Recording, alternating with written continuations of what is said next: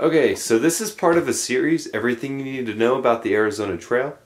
Today I'm going to talk about the stuff that I ended up sending home when I got into town, stuff that I just really ended up not needing. Now the first thing that I sent home when I got into Tucson, which was about 100 miles in, it was right after the Grand Canyon, and it was my first real opportunity to send stuff home, was my cooking pot. When I was on the John Muir Trail, I always looked forward to that cooked meal at night, but it was different when I got on the Arizona Trail, because the last thing I ever wanted to do when it was like a 100-degree day was have a hot meal at the end of the night.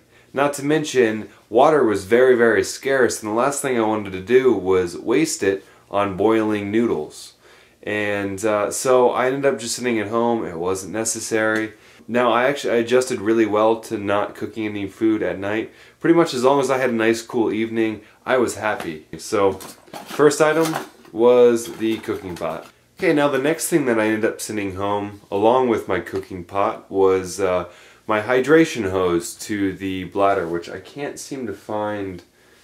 I didn't like having to suck through the straw and everything, because then I was always out of breath, and you know, there's just something way more satisfying about just drinking it out of a bottle. That, and when you're drinking it out of a hydration hose, you never know how much water you have left or how much you're consuming. And when you're out in a place like Arizona where there really isn't much water, you need to know exactly how much you're consuming and how much you have left, because otherwise you can get in trouble. So basically what I ended up doing was I kept the water bladders, but then I got a little bottle cap for them, and then I just used those for storage. And then I had a total of 4 water bottles on each outside pocket. And then what I would do is whenever those bottles ran out of water, then I would take out the hydration bladder, refill them up. Then that way I always knew how much I was consuming and you know, how much I had left, and became a really, really great system, and it's probably what I'm going to use all the time.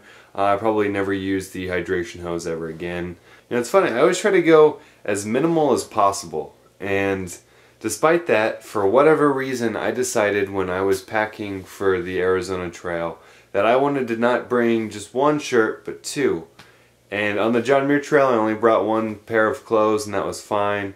But I figured since this was a button-up shirt that I had, that I would want an undershirt. That way I could, you know, I don't know, I guess change. But I quickly sent home the extra shirt. I really had no need for it. It just became extra worthless weight. It was always so hot out. The last thing I wanted to do was wear 2 shirts.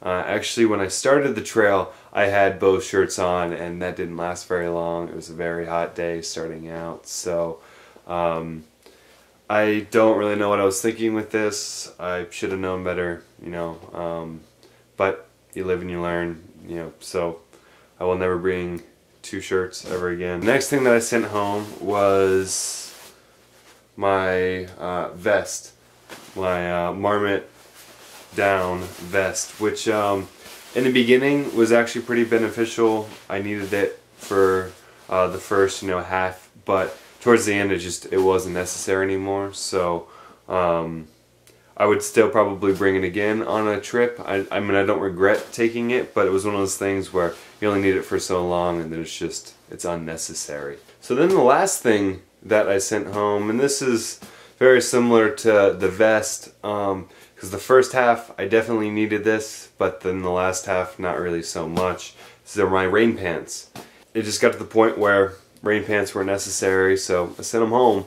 And again, I mean, I would still bring them on a trip initially, but once you get down south into the real desert, it's just not necessary. So those were the things that I sent home. I think overall I packed pretty well for, you know, not really knowing exactly what I was going to run into with the Arizona Trail. It's one of those things where, I mean, you can plan and plan and plan and plan based on previous years of information, but then when you get out there, it's going to be completely different.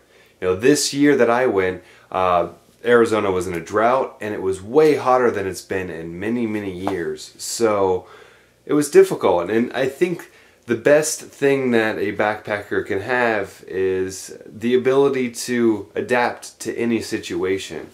And I can proudly say that, you know, I did a pretty good job of adapting to pretty much anything that was thrown at me. There's going to be another video of what I attained on the trip, what I ended up having to buy just because I didn't think I would need it, and then I did need it. So I will put the link down below when I finish it and upload it. And till next time, peace.